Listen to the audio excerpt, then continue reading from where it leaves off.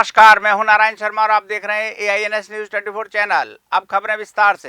प्रदेश में धान खरीदी पर अब विराम लग चुका है, लेकिन धान के उठाव को लेकर मिलर्स रुचि नहीं दिखा रहे हैं, जिसके चलते प्रशासन के माथे पर चिंता की लकीरें दिख रही हैं। गरियाबंद जिले की बात करें तो इस साल यहां 50,65,726 क्विंटल धान की खरीदी हुई है, जिसमें अब तक लगभग 29 लाख क्विंटल धान का परिवहन हो सका है, जो कि पिछले वर्ष की तुलना में 20% कम है।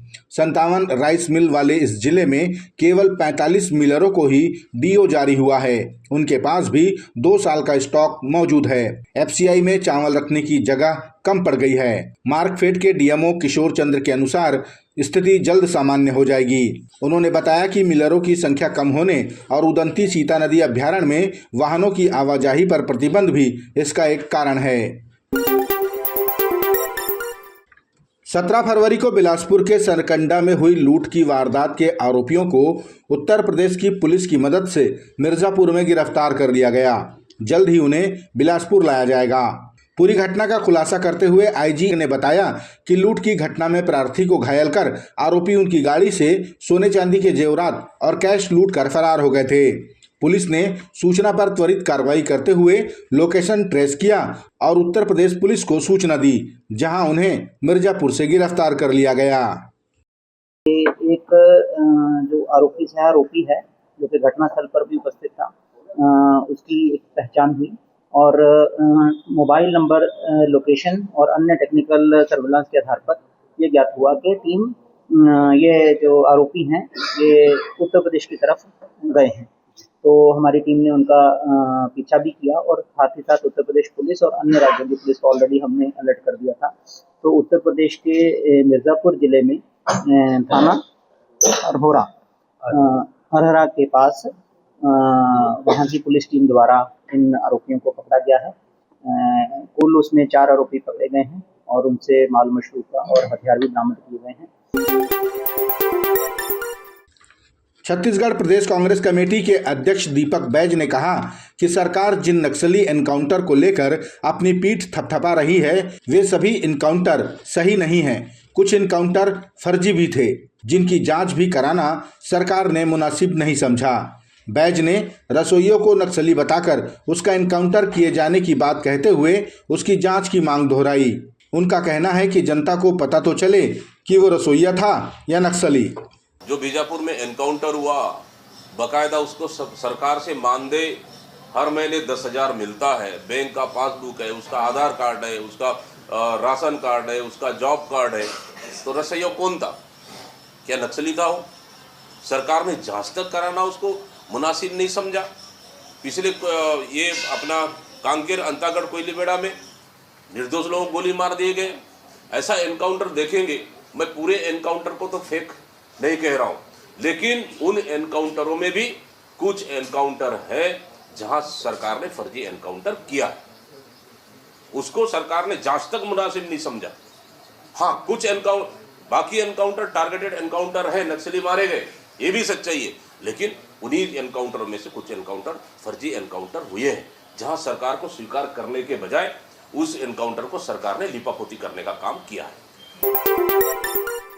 छत्तीसगढ़ में मदिरा प्रेमियों पर कृपा बरसाते हुए सरकार ने होली के दिन भी शासकीय शराब दुकानों को खुली रखने का निर्णय लिया है।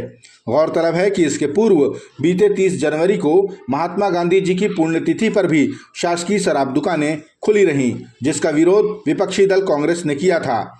अब होली के दिन शराब दुकानें खुली रखने पर पूर्व मुख्यमंत्री भूपेश बघेल ने सरकार को आड़े हाथों लिया। उन्होंने कहा कि सरकार को अब तीज त्योहारों से कोई लेना देना नहीं रहा, उनके लिए सब कुछ सिर्फ पैसा ही है।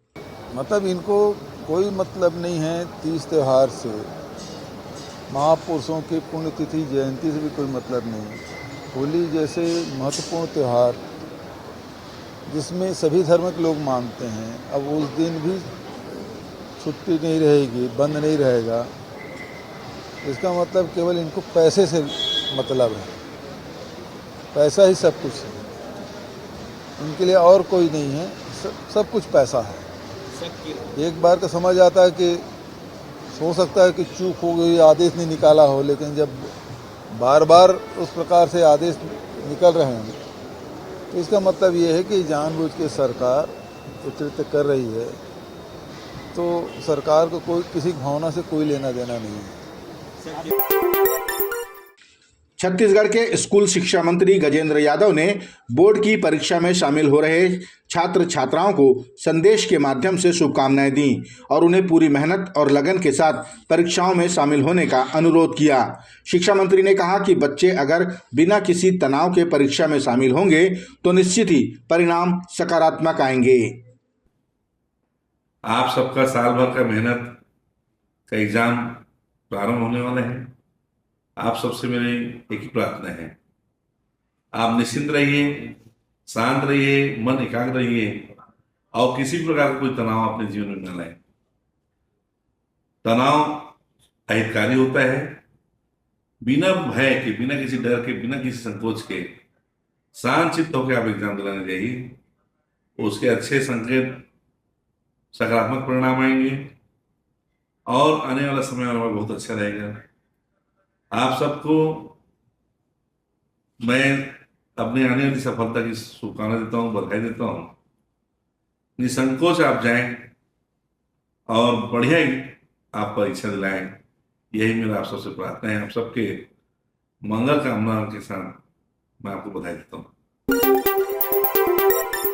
बिलासपुर में रहने वाली सुनिधि गुप्ते पिता सुधीर गुप्ते की 0.1640 हेक्टेयर जमीन गरियाबंद में है, जिसका संयुक्त खाता खसरा नंबर 55/1 है, जिस पर सह खातेदार जितेंद्र उपाध्याय बिना उसकी स्वीकृति और बिना भवन अनुज्ञा के भवन निर्माण करा रहा है। सुनिधि ने इस निर्माण पर शुरू में ही आपत्ति की, नगरपालिका परिषद में पत्र व्यवहार भी किया, लेकिन पीड़िता सुनिधि गुप्ते को सिस्टम की मार झेलनी पड़ी। उसे उसी की संयुक्त खाते की भूमि पर चल रहे निर्माण कार्य संबंधी भवन अनुज्ञा जानकारी नहीं दी गई और उन्हें इसके लिए सूचना के अधिकार का सहारा लेना पड़ा। साथ ही अपने नाना की मृत्यु प्रमाण पत्र के लिए हाईकोर्ट जाना पड़ा। सुनिधि ने बताया कि इस जमीन का मामला तहसील न्यायालय गरियाबंद से लेकर व्यवहार न्यायालय गरियाबंद में विचाराधीन है। उसके बावजूद संयुक्त खातेदारों द्वारा मनमानी पूर्वक निर्माण कार्य किया जा रहा है। पूरे मामले में मुख्य नगर पालिका अधिकारी संध्या वर्मा ने संबंधितों को नोटिस जारी कर निम्नानुसार कार्रवाई का आश्वासन दिया है। छत्तीसगढ़ के बलरामपुर जिले में आदिवासी ग्रामीण की मृत्यु की खबर ने छत्तीसगढ़ को देशव्यापी पटल पर चर्चा में ला दिया है, क्योंकि आदिवासी ग्रामीण की मृत्यु में बलरामपुर जिले के हंसपुर गांव के एसडीएम और तहसीलदार पर मारपीट और हत्या के आरोप लग रहे हैं। अब ये मामला राष्ट्रीय मानवाधिकार आयोग और राष्ट्रीय अनुसूचित जनजाति आयोग तक भी जा पहुंचा है। छत्तीसगढ़ विधानसभा में नेता प्रतिपक्ष डॉक्टर चरणदास महंत ने पूरी घटना को लेकर निष्पक्ष जांच की मांग की है और आयोगों को पत्र लिखा है।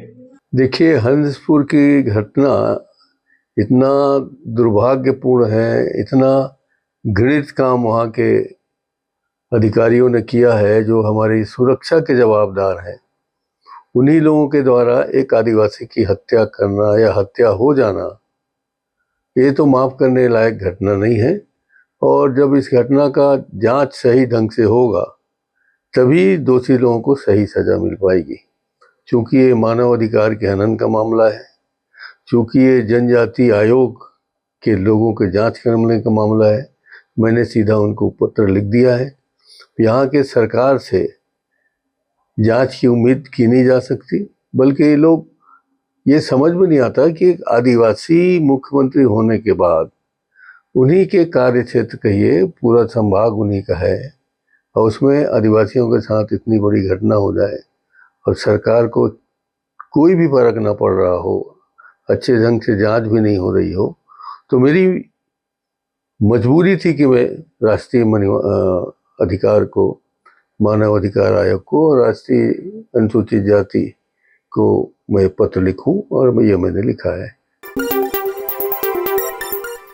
शहर जिला कांग्रेस कमेटी ने राजधानी में बढ़ते बिजली बिल को लेकर बिजली विभाग के मुख्यालय के सामने प्रदर्शन किया और जमकर नारेबाजी की।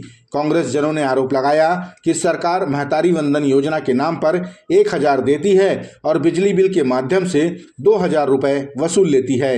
ये कैसा सुशासन है। प्रदर्शन में पूर्व विधायक कुलदीप जुनेजा, पूर्व महापौर प्रमोद दुबे, शहर अध्यक्ष श्री कुमार मेनन समेत बड़ी संख्या में कांग्रेस जन मौजूद रहे। ये थे आज के प्रमुख समाचार। आप देख रहे थे हमारा लोकप्रिय यूट्यूब चैनल AINS न्यूज़ 24। अब हमें इजाज़त दीजिए, कल तक रोजाना की ताज़ा खबरों के लिए आप देखते रहिए हमारा लोकप्रिय यूट्यूब चैनल। हमारे यूट्यूब चैनल को लाइक, सब्सक्राइब और बेल आइकॉन का बटन दबाना ना भूलें। नमस्कार।